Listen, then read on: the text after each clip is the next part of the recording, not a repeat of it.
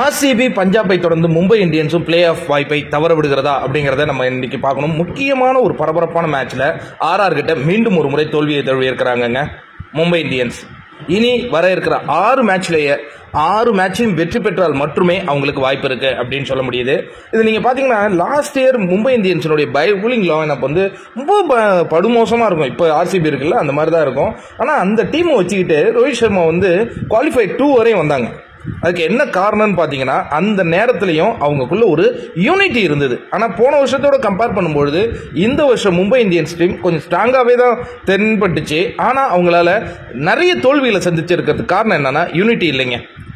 அணிக்குள்ள ஒரு பிளவு இருக்கு, கேப்டனுக்கு ஒரு ஒத்துழைப்பு இல்லை, கேப்டனும் மற்றவங்க கிட்ட காட்டுற அந்த ஆட்டிடியூடும் ஒரு பயங்கரமான முகம் சுழிக்கும் விஷயமா இருக்கு.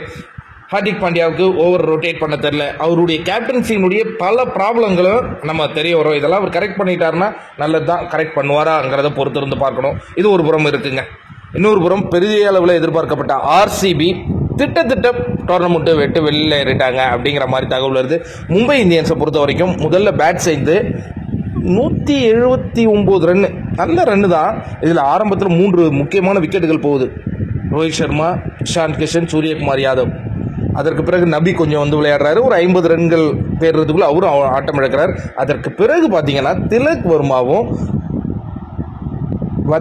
நேகல் வதேராக்கு இன்னைக்கு வாய்ப்பு கொடுத்தாங்க. சூப்பராக ஆடினாருங்க அந்த பையன். ஒரு 49 ரன்னுனாலும் குவிக் ஃபயர் சூப்பராக இருந்தது பார்க்கறதுக்கு. திலக் வர்மா ரொம்ப பொறுப்பான ஆட்டம் ஆடினாங்க. ஆனால் கடைசியாக இந்த ஹார்திக் பாண்டியா, டிம் டேவிட் அவங்க ஃபினிஷ் பண்ணலை அப்படின்னு தான் நம்ம சொல்லணும். ஆனால் அவங்க தட்டி 10 பாலில் ஒரு 10 ரன்னு, அவர் ரன் அப் பால் அடிக்க வந்து பரவாயில்ல. இருந்தாலும் அந்த இடத்துல சந்தீப் சர்மாவை ரொம்ப அருமையாக பாராட்டி ஆகணுங்க. அந்த பையனுக்கு வந்து நீங்கள் ஒரு அன்சங் ஹீரோன்னு தான் சொல்லணும். ஏதோ இன்ஜூரியில் இருந்தார். இந்த மேட்ச் வந்து 5 விக்கெட்ஸ் எடுக்கிறாரு. அதுவும் கடைசி ஓவரில் பாருங்கள் 3 விக்கெட்டு, 3 தான் கொடுக்குறாருங்கும் போது அந்த பையன்லாம் இந்தியன் டீமுக்கே சூஸ் பண்ணலாம். ஏன்னா அடிக்கவே முடியலைங்க யாராலையும். ஏன் சூஸ் பண்ண மாட்டேங்கிறாங்கன்னு தெரியல, பாலிடிக்ஸ் போல இருக்கு.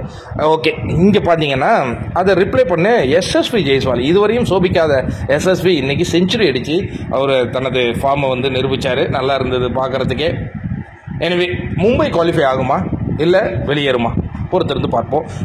அடுத்தது சிஎஸ்கே வெர்சஸ் எல்எஸ்ஜி சென்னை சேப்பாக்கில் அற்புதமான ஆட்டம் காத்திருக்கிறது.